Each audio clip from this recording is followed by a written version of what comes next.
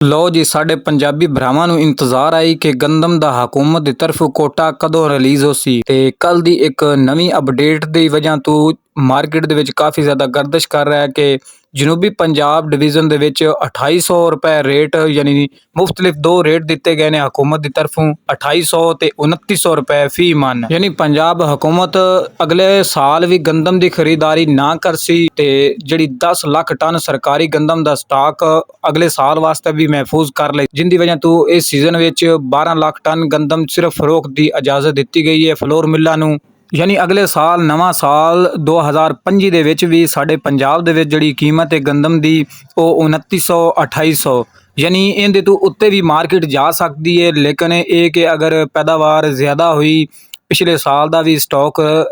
ਪੰਜਾਬ ਦੇ ਵਿੱਚ ਮੌਜੂਦ ਹੋਇਆ ਤੇ ਫਿਰ ਜਿਹੜੀ ਇਹ ਨਾ ਆਉਣ ਵਾਲੀ ਗੰਦਮ ਉਹ ਰੇਟ 3000 2800 3200 ਇੱਥੇ ਤੱਕ ਹੀ ਰਹਿਣਗੇ। ਅਗਰ ਪੈਦਾਵਾਰ ਬਹੁਤ ਹੀ ਘੱਟ ਹੋਈ ਯਾਨੀ ਬੰਪਰ ਕ੍ਰੌਪ ਪੈਦਾਵਾਰ ਨਾ ਹੋਈ ਤੇ ਫਿਰ ਗੰਦਮ ਦੇ ਉੱਪਰ ਜਾਣ ਦੇ ਚਾਂਸ ਬਣ ਸਕਦੇ ਨੇ, ਜਾਂ ਕੋਈ ਹਕੂਮਤ ਗੰਦਮ ਤੋਂ ਮਸਮੀਆਤ ਜਾਂ ਗੰਦਮ ਐਕਸਪੋਰਟ ਦੀ ਵੀ ਇਜਾਜ਼ਤ ਦੇ ਦੇਵੇ ਤੇ ਫਿਰ ਵੀ ਗੰਦਮ ਦੇ ਰੇਟ ਵਧਣ ਦੇ ਚਾਂਸ ਬਣ ਸਕਦੇ ਨੇ ਸਾਲ 2025 ਦੇ ਵਿੱਚ। ਲੇਕਿਨ ਹੁਣ ਹਕੂਮਤ ਦੀ ਤਰਫੋਂ ਕਾਫੀ ਜ਼ਿਆਦਾ ਦੋਸਤਾਂ ਨੂੰ ਇੰਤਜ਼ਾਰ ਸੀ ਕਿ ਗੰਦਮ ਦੇ ਰੇਟ ਯਾਨੀ 2800 ਤੇ 2900 ਰੁਪਏ ਫੀ ਮਨ ਮੁਕਰਰ ਕਰਨੇ ਦੇ ਵਜ੍ਹਾ ਇਹ ਵੀ ਹੈ ਕਿ ਇਸ ਵਾਰੀ ਜਿਹੜੀ ਹੈ ਹਕੂਮਤ ਹੈ ਉਹ ਉਹਨਾਂ ਦਾ ਟਾਰਗੇਟ ਇਹੀ ਹੈ ਕਿ ਜਿਹੜੀ ਆਟੇ ਦੀ ਕੀਮਤ ਹੈ ਉਹ ਮੌਸਤਕ ਰੱਖੀ ਜਾਵੇ, ਯਾਨੀ ਆਟੇ ਦੇ ਜਿਹੜੇ ਰੇਟ ਨੇ ਉਹ ਮਜ਼ੀਦ ਨਾ ਵਧਣ। ਇਸ ਟਾਈਮ ਪੰਜਾਬ ਦੇ ਵਿੱਚ ਗੰਦਮ ਦੀ ਸੂਰਤ ਹਾਲ ਇਹ ਹੈ ਕਿ ਇਸ ਟਾਈਮ ਮੰਡੀਆਂ ਦੇ ਵਿੱਚ ਤੇ ਗੰਦਮ ਬਿਲਕੁਲ ਨਾ ਹੋਣੇ ਦੇ ਬਰਾਬਰ ਹੀ ਹੈ ਤੇ ਓਪਨ ਮਾਰਕੀਟਾਂ ਦੇ ਵਿੱਚ ਗੰਦਮ ਦੇ ਰੇਟ ਕਾਫੀ ਜ਼ਿਆਦਾ ਵਧੇ ਹੋਏ ਨੇ, ਯਾਨੀ ਰੇਟ 2800 ਤੋਂ ਲੈ ਕੇ ਤੇ 3200 3300 ਰੁਪਏ ਤੱਕ। ਇਸ ਟਾਈਮ ਮਾਰਕੀਟ ਦੀ ਸੂਰਤ ਹਾਲ ਦਾ ਜਾਇਜ਼ਾ ਲਿਆ ਜਾਏ ਤੇ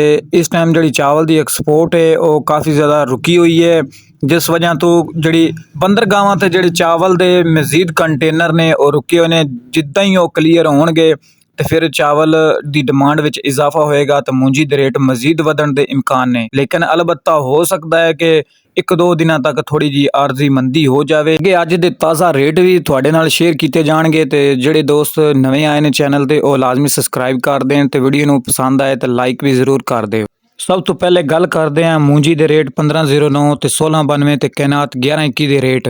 ਇਸ ਟਾਈਮ ਮਾਰਕੀਟ 4500 ਤੋਂ ਲੈ ਕੇ ਤੇ 5000 ਰੁਪਏ 5100 5200 ਰੁਪਏ ਤੱਕ, ਯਾਨੀ ਜਿਹੜਾ ਹੱਥ ਵਾਲਾ ਮਾਲ ਹੈ ਸਾਫ ਸੁਥਰਾ ਉਹ ਫਰੋਖਤ ਕੀਤਾ ਜਾ ਰਿਹਾ ਹੈ ਮੁxtਲਿਫ ਮੰਡੀਆਂ 'ਚ ਪੰਜਾਬ ਦੀਆਂ। ਮਕਈ ਮਾਰਕੀਟ ਦੀ ਗੱਲ ਕੀਤੀ ਜਾਵੇ ਤਾਂ ਮਕਈ ਮਾਰਕੀਟ ਦੇ ਵੀ ਰੇਟ 2800 ਤੋਂ ਲੈ ਕੇ ਤੇ 3300 3400 ਰੁਪਏ ਤੱਕ।